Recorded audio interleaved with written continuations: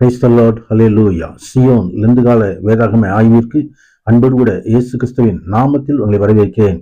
இன்றைய 19வது நாளிலும் சங்கீதங்களின் புஸ்தகத்தில் சிலுவையின் நிழல் காணப்படுகிறதை குறித்து நாம் தியானிக்க போகிறோம்.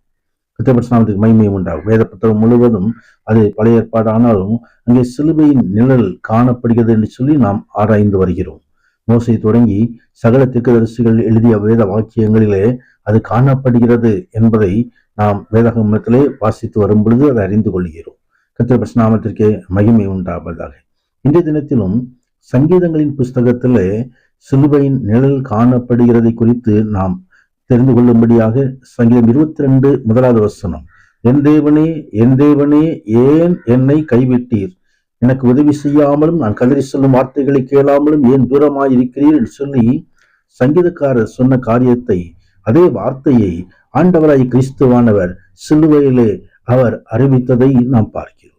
தேவனை நோக்கி செய்யும் விண்ணப்பமாக அது வருகிறது. கர்த்தாவே என்னை கைவிடாதையும், என் தேவனே எனக்கு தூரமாகாதையும், ரட்சிப்பாகி ஆண்டவரே எனக்கு சகாயம் செய்ய தீவிரம் சொல்லி அதே சங்கீதக்காரர் 38வது அதிகாரத்திலே 21வது 22வது அதிக வசனங்களிலே சொல்லப்பட்டிருக்கிறது நாம் அறிந்திருக்கிறோம். கர்த்தருடைய நாமத்திற்கே மகிமை உண்டாவதாக. ஆம், கைவிடாதபடிக்கு அவன் காத்து வழிநடத்துகிற நேசர். சிலுவையில் 9ஆம் மணி நேரத்திலே கிறிஸ்துவான ஏலி ஏலி லாமா சபக்தான் என்று சொல்லி மிகுந்த சத்தம் கேட்கப்பட்ட என் தேவனே எனக்கு என்னை கைவிட்டு என்று அர்த்தமாம். மத்திய 27ஆம் அதிகாரம் 46வது வசனத்தில் கொடுக்கப்பட்டிருக்கிறது.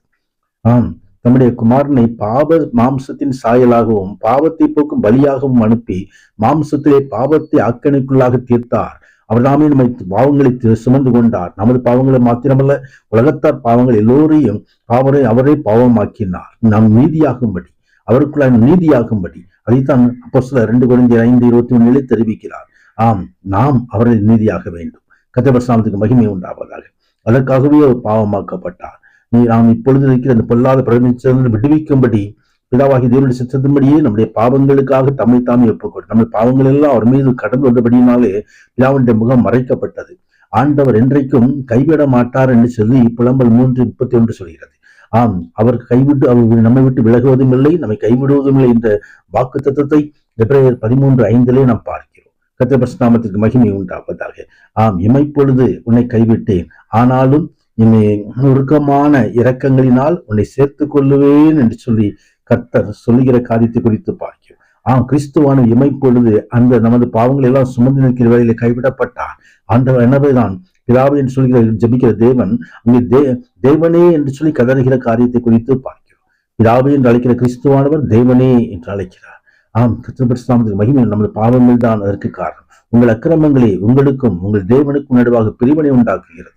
உங்கள் பாவங்களே அவர்களுக்கு செவிகொடாதபடிக்கு ஒரு முகத்தை உங்களுக்கு மறைக்கிறது என்று சொல்லி ஏசாயா தீர்க்க தரிசனமாக 59ஆம் அதிகாரம் 2வது வசனத்தில் தெரிவிக்கிறார்.